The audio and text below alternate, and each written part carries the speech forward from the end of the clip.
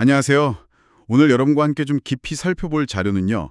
예배의 회복, 하나님 중심의 참된 예배라는 책의 일부입니다. 네, 안녕하세요. 이게 기독교 신앙에서는 정말 뭐랄까 심장과도 같은 예배에 대한 이야기잖아요. 맞습니다. 아주 핵심적인 주제죠. 근데 이 자료는 오늘날 예배가 좀 본질을 잃고 있다. 이렇게 진단하면서 진짜 예배가 뭐냐, 왜 회복이 필요하냐, 이걸 아주 강하게 주장하고 있어요. 네, 그쵸. 그래서 저자가 제시하는 그 참된 예배의 모습 한번 같이 탐구해 보도록 하겠습니다. 좋습니다. 자, 이 책은 시작부터 예배를 굉장히 중요하게 다룹니다. 이게 단순한 어떤 종교 의식이 아니라 하나님이 우리를 부르신 목적 그 자체이고 또 선택받은 백성만이 누릴 수 있는 엄청난 특권이면서 동시에 책임이다. 이렇게까지 말하거든요. 네, 맞아요. 성경 전체를 보면 시편이나 이사야서, 요한계시록 이런 데를 보면 정말 태초부터 마지막 때까지 이어지는 그 큰 구원 이야기의 중심에는 항상 예배가 있었죠. 네, 정말 그런 것 같아요. 근데 바로 그렇기 때문에 이 저자의 다음 주장이 더 흥미롭게 어쩌면 좀 충격적으로 다가오는 거죠.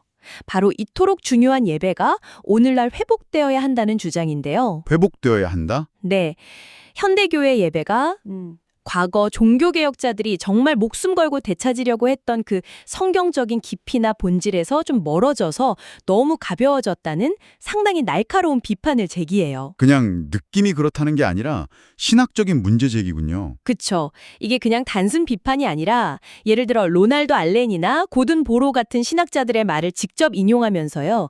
성경의 권위를 중요하게 여긴다는 그런 복음주의 교회들조차도 네네. 이 예배의 성경적 원리나 어떤 신학적인 토대에 대한 관심이 좀 부족한 현실 꼬집는 거죠. 심지어 로버트 레이번 같은 신학자는 오늘날 신자들이 참된 예배의 의미와 그 풍요로움을 얻는 법에 대해서 통탄할 만큼 무지하다. 이렇게까지 아주 강하게 표현했어요. 와, 통탄할 만큼 무지하다니 신앙의 핵심인 예배에 대해서요? 정말 강한 지적이네요. 아니, 예배가 중요하다는 건 다들 알 것 같은데 구체적으로 현대 예배의 어떤 점이 그렇게 문제라고 보는 걸까요? 여기서부터 정말 흥미로워집니다. 핵심적인 비판은 이거라고 할 수 있습니다. 예배의 주인공, 그러니까 예배의 중심이 하나님에게서 사람으로 슬그머니 바뀌어버렸다는 거죠. 아, 중심의 이동이군요. 네, 책에서는 이걸 인본주의적 예배라고 부르면서 상당히 경계하는데요. 예를 들면 이런 거예요. 예배의 성공 여부를 판단할 때 내가 오늘 얼마나 은혜 받았나, 음악이 얼마나 좋았나, 내가 얼마나 위로와 치유를 경험했나. 같은. 그렇죠. 보통 그렇게 생각하기 쉽죠. 네, 그런 개인의 만족도나 어떤 감정적인 경험으로 예배를 평가하는 경향이 있다는 겁니다. 물론 그런 경험도 중요할 수 있겠죠. 하지만 그게 예배의 첫 번째 목적이 되어서는 안 된다는 거예요. 아, 첫 번째 목적. 그렇죠. 저자는 그래서 예배의 중심을 다시 하나님께로 되돌려야 한다. 이걸 아주 강력하게 주장합니다. 개혁주의 신학의 중요한 원리 중 하나인 하나님의 주권 사상, 이걸 예배에도 그대로 적용해야 한다는 거죠. 하나님의 주권 사상을 예배에. 네, 그 웨스트민스터 소요리 문답 첫 질문 있잖아요. 사람의 가장 중요한 목적이 뭐냐? 네, 하나님을 영화롭게 하고 영원토록 그분을 즐거워하는 것. 맞습니다. 바로 그거죠. 그렇다면 예배 역시 당연히 그 목적을 따라야 한다는 겁니다. 사람의 만족이 아니라 하나님을 영화롭게 하는 것, 그리고 그분을 즐거워하는 것, 이게 먼저라는 거죠. 그러니까 우리가 만족하는 것보다 하나님께 영광 돌리는 게 먼저다. 근데 이게 좀 역설적으로 들릴 수도 있을 것 같아요. 하나님께만 너무 집중하면 오히려 우리 입장에서는 좀 건조하거나 어렵게 느껴지지 않을까? 이런 생각도 들 수 있잖아요. 아, 네네. 바로 그 지점이 이 책이 또 강조하는 아주 중요한 포인트입니다. 이게 역설적으로 들릴 수 있지만 저자는 오히려 우리가 하나님 중심의 예배를 드릴 때 바로 그때 우리가 하나님의 임재를 가장 깊이 경험하게 되고 또 공동체 안에서 진정한 격려와 영적인 성장을 누리게 된다고 말해요. 아, 오히려 그때 더 깊이 경험한다고요? 네. 그러니까 예배라는 게 창조주를 향한 피조물의 최고의 의무인 동시에 구원받은 죄인이 누리는 가장 큰 복이라는 이중적인 성격을 가지고 있다는 거죠. 의무이자 복이다. 그렇죠. 그래서 예배를 단순히 전조수단으로만 본다거나 아니면 사람들의 흥미를 끌기 위해서 비성경적인 요소들을 막 도입하는 것, 이런 것은 예배의 본질을 흐리는 시도라고 강하게 비판합니다. 그렇군요. 물론 그렇다고 복음 전도나 현대 문화와의 소통이 불필요하다, 이런 뜻은 전혀 아니에요. 오해하면 안 되고요. 네, 그건 아니겠죠. 다만 그런 노력들이 예배의 최우선 목적인 하나님 중심성, 이걸 약화시켜서는 안 된다는 점을 아주 분명히 하는 거죠. 하나님 중심의 예배가 결국에는 우리에게 더 큰 유익과 기쁨을 준다는 그런 통찰이군요. 좋습니다. 자, 그러면 이 책에서 말하는 그 하나님 중심의 예배는 구체적으로 어떻게 들을 수 있는 건가요? 그 길을 어떻게 제시하고 있죠? 네, 일단 저자는 먼저 인간 스스로의 힘이나 노력만으로 하나님께 제대로 나아갈 수 없다는 점을 아주 분명히 합니다. 아담의 타락 이후에 인간은 근본적으로 하나님과 단절되었고 스스로 만들어낸 어떤 종교적인 행위들, 예를 들면 뭐 우상숭배 같은 것들이요. 이런 것들은 하나님께 이르는 길이 될 수 없다는 거죠. 네. 인간 안에 뭐 종교성은 남아있지만 그게 죄로 인해서 왜곡되어서 올바른 예배를 드릴 능력 자체를 상실했다는 겁니다. 능력을 상실했다. 네. 그래서 하나님께서 먼저 길을 열어주셔야만 했죠. 구약시대를 보면 뭐 제사장 제도나 성막 같은 일종의 그림자라고 할 수 있는 임시적인 통로를 마련해 주셨잖아요. 네, 그렇죠. 임시적인 통로. 하지만 이제는 그 실체이신 예수 그리스도를 통해서만 유일하고 완전한 길이 열렸다. 이걸 강조합니다. 히브리서 10장 19절에서 22절 말씀을 인용하면서 우리가 예수님의 피를 힘입어서 담대하게 하나님 앞에 나아갈 수 있게 되었다. 이렇게 설명하죠. 그리스도를 통해서만. 네, 그러니까 참된 예배의 첫 번째 조건은 뭐니 해도 그리스도를 믿는 믿음 안에서만 가능하다는 겁니다. 네, 그게 기본이겠네요. 근데 여기서 한 걸음 더 나아가서요. 저자는 어떻게 예배할 것인가에 대한 아주 중요한 원리를 제시해요. 바로 예배의 규정적 원리라는 건데요. 예배의 규정적 원리요. 좀 말이 어려운데요. 네. 말이 조금 어렵게 들릴 수 있죠. 근데 쉽게 말하면 이런 거예요.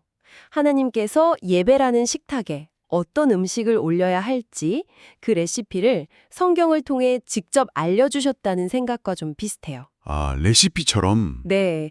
그러니까 우리가 하나님께서 이런 걸 좋아하시지 않을까? 하고 우리 마음대로 메뉴를 추가하는 게 아니라는 거죠. 아하. 하나님께서 성경에 명확하게 명령하시거나 혹은 보여주신 그 방법대로만 예배해야 한다는 원리입니다. 그 웨스트민스터 신앙고백서 21장 1항을 근거로 들면서 성경에 명시되지 않은 어떤 인간적인 고안물이나 전통 같은 것을 예배에 함부로 도입해서는 안 된다. 이런 입장을 취하는 거죠. 하나님이 정해주신 방식대로만 예배해야 한다. 와, 이거 확실히 좀 엄격하게 들리는데요. 우리의 어떤 좋은 의도나 열정보다는 그 정해진 규칙이 더 중요하다는 것처럼 느껴질 수도 있겠어요. 네, 맞아요. 충분히 그렇게 느껴질 수 있습니다. 그래서 저자도 이 원리가 왜 중요한지를 설명하기 위해서 성경적인 예를 들어요. 예를 들어 레위기 10장에 나오는 아론의 아들 나답과 아비후 이야기 아시죠? 네, 알죠. 다른 불을 들이다가. 그렇죠. 하나님이 명하시지 않은 다른 불을 가지고 제사를 드리다가 그 자리에서 죽임을 당했잖아요. 또 사무엘하 6장을 보면 우사라는 사람이 나오는데 소들이 막 날뛰어서 법궤가 떨어질까 봐 그걸 붙잡았을 뿐인데 네, 선한 의도였던 것 같은데. 그렇죠. 그런데 하나님의 명령을 어기고 법궤에 손을 댔다는 이유로 그 역시 죽음을 맞이합니다. 저자는 이 사건들이 단순히 그들의 의도가 악했기 때문에 벌어진 일이 아니라고 강조해요. 의도가 악했던 게 아니다. 악의를 품었던 것도 아니었죠. 문제는 그들이 하나님께서 정하신 방법을 따르지 않았다는 데 있다는 겁니다. 방법의 문제였군요. 네. 아무리 인간적인 동기가 선하고 열정적으로 보여도 하나님께서 명하신 방식을 벗어난 예배나 행위는 용납되지 않는다는 것을 보여주는 아주 강력한 사례들이라는 거죠.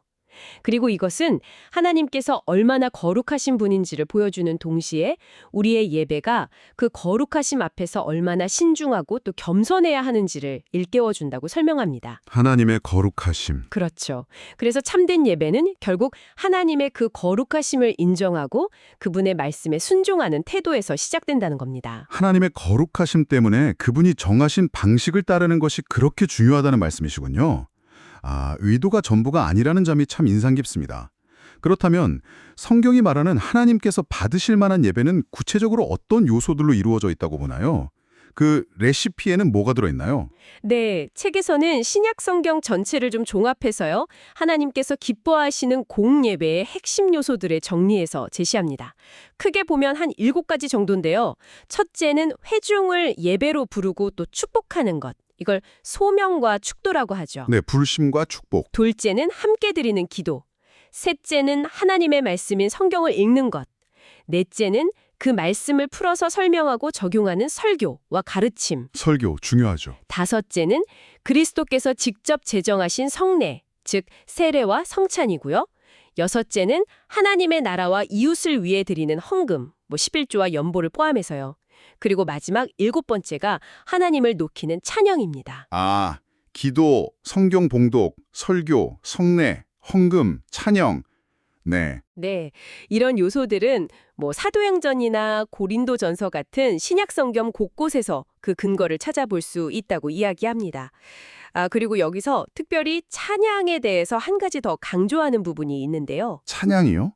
어떤 점이죠? 단순히 곡조가 아름답거나 우리에게 감동을 주는 것을 넘어서 그 가사의 내용이 성경적인 진리에 부합해야 한다는 점을 아주 중요하게 생각해요. 아, 가사의 내용. 네, 찬양도 결국 하나님 때 영광을 돌리는 중요한 수단인데 만약 그 가사가 비성경적이거나 좀 신학적으로 문제가 있다면 그건 역시 나답과 아비후가 드렸던 그 다른 불처럼 하나님께서 기뻐하시지 않는 예배 요소가 될 수도 있다. 이렇게 경고합니다. 와, 찬양 가사까지도요? 네, 그래서 찬양을 선택할 때도 좀 신중하게 성경의 가르침에 비추어서 분별해야 한다. 이렇게 이야기하죠. 네, 그렇군요. 하나님께서 원하시는 예배에는 이런 성경적인 요소들이 포함되어야 한다는 거군요. 그럼 이런 요소들을 갖춘 참된 예배는 어떤 분위기 혹은 어떤 특징을 갖게 될까요?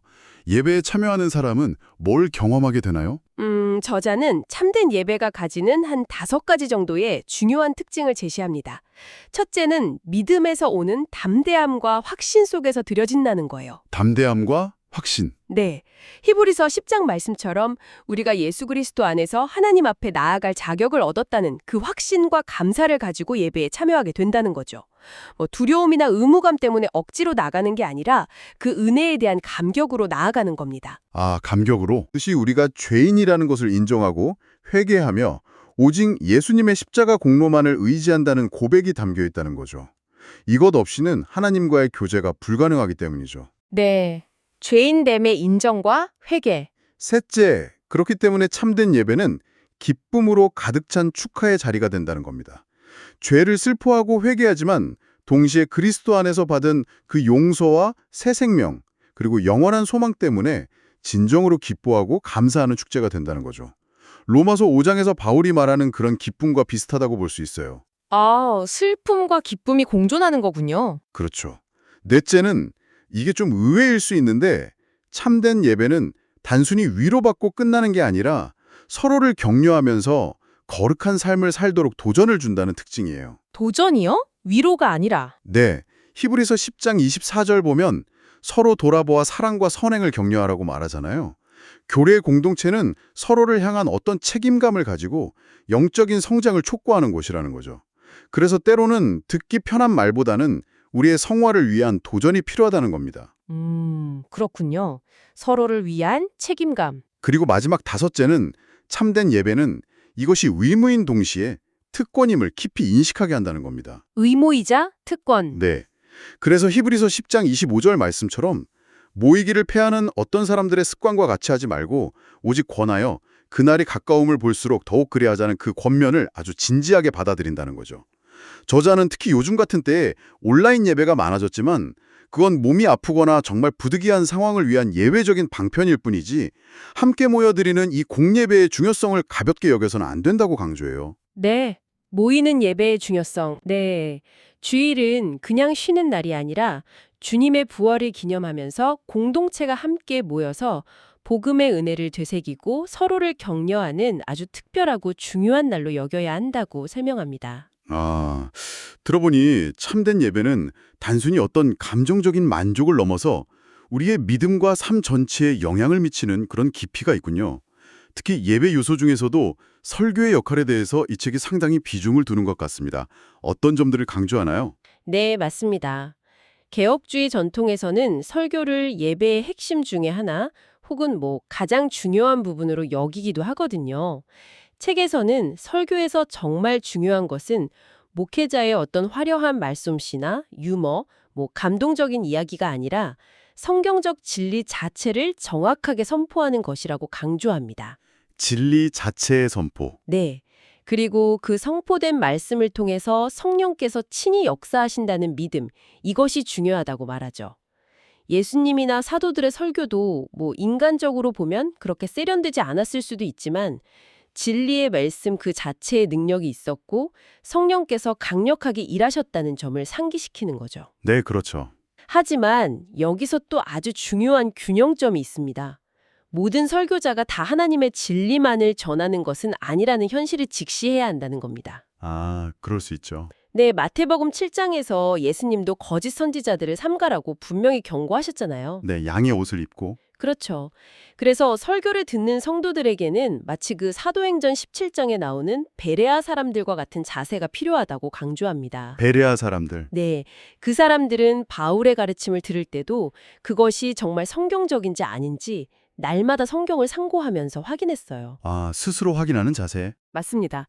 즉, 목사님의 말씀이라고 그냥 무조건 다 받아들이는 것이 아니라 선포된 메시지가 정말 성경의 가르침과 일치하는지를 스스로 분별하려는 노력이 필요하다는 거죠. 목사라는 직분 자체가 아니라 그가 선포하는 그 복음의 내용이 중요하다는 겁니다. 아, 듣는 사람의 책임도 중요하다는 거군요. 그렇죠. 굉장히 중요하죠. 더 나아가서 저자는 이런 분별력을 키우기 위해서 신학이나 교리 공부가 필수적이라고까지 주장합니다. 신학 공부요.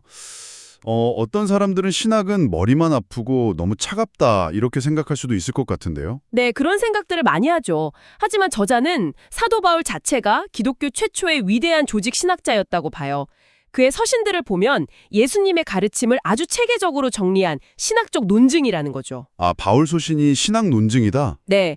따라서 신학이나 교리 없이 그냥 순수한 신학만 갖겠다는 것은 사실상 불가능할 뿐만 아니라 오히려 성경의 가르침을 제대로 이해하지 못하게 만들 수도 있다고 말합니다. 신학자 데이비드 웰스라는 분의 말을 빌려서 모든 신자는 믿음을 갖는 순간 어떤 형태로든 자신만의 신학, 그러니까 하나님과 세상에 대한 이해체계를 갖게 된다는 거예요. 아, 누구나 자기만의 신학이 있다? 그렇죠. 근데 중요한 질문은 이거죠. 그것이 과연 성경적인 신학인가? 아니면 그냥 내 생각과 경험에 기초한 나만의 신학인가 하는 문제라는 겁니다. 참고로 이 책의 저자는 이러한 관점에서 봤을 때 개혁주의 신학 체계가 성경을 가장 충실하게 반영하는 체계라고 주장하고 있습니다. 네, 그렇군요.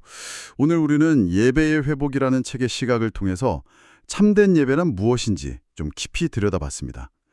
요약하자면 이 책의 핵심 주장은 이거 같네요.